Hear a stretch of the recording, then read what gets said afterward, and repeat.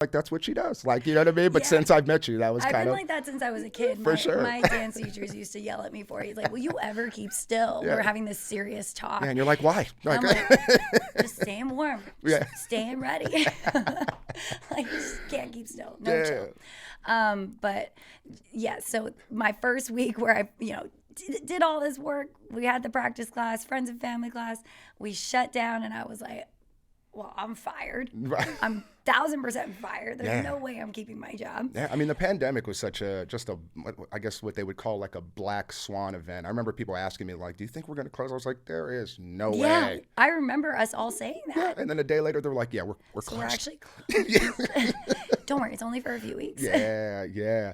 But I think the big thing about that piece of like your story, right? And obviously I know this very well, is that you didn't stop pursuing, right? So talk me through like your mindset at that point of like there's no way I'm letting this go, because that's what it felt like to me, right? So talk me a little bit through that. It's simply that I wasn't going to let it go. Yeah. And I knew that there was still a crack because I didn't get fired. I got furloughed. Right. So to me, I was like, oh, there's a crack. Yeah. I'm going to keep going. And I was like, and so I looked through what I would do if I was on, or what would I would appreciate. And I was like, probably if I was still training, when we open, I need to give them 0 reasons not to bring me back. That's right. So I hit Justin up, I hit you up. That's right. And I was like, please train me. Like, let me be a dope boxer.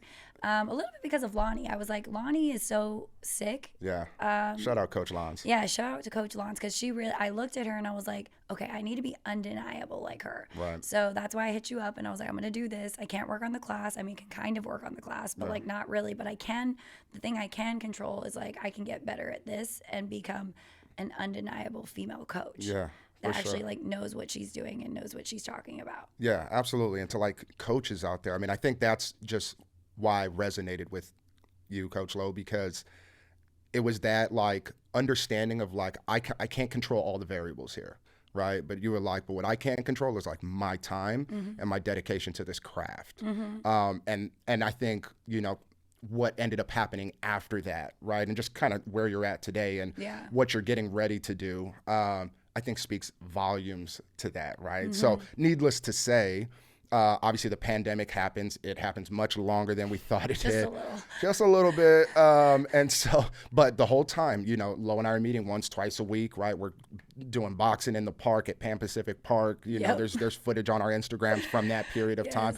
And what an amazing time to me it was. Like, and I say amazing, and I hope that doesn't offend anybody, because I know it was a tough time for a lot of people too. But it was just this opportunity for so many people for like having the time to grow in some form of fashion, right? And so, just I commend you for that like period of time, because you really took ownership of that period of your life, and you were like you said, I'm not letting it go. There's a crack and I'm squeezing through that shit. You know what I mean? So so obviously you make it, we open up, you're back on the team, you go on to do just obviously amazing things there. But I think, just based off time, a piece that I really want to get to now is that you've been coaching, you're currently working with the Nike studios, right? Talk to me a little bit about that experience with, whatever details you can share, but just obviously that's a really big brand now that you're kind of working with. So how does that feel? And like, it's cool. And I think I look at it as such a big ad for me as like a trainer, right? To improve myself. That's kind of why I looked at the opportunity as one I wanted to take. Right. Because I was like, if there's an avenue for me to get better as a teacher, like I'm going to do it. And the heads behind the programming at Nike Studios is like some of the best heads in fitness, I think, and absolutely. So there's so much to be learned there. It is a pilot.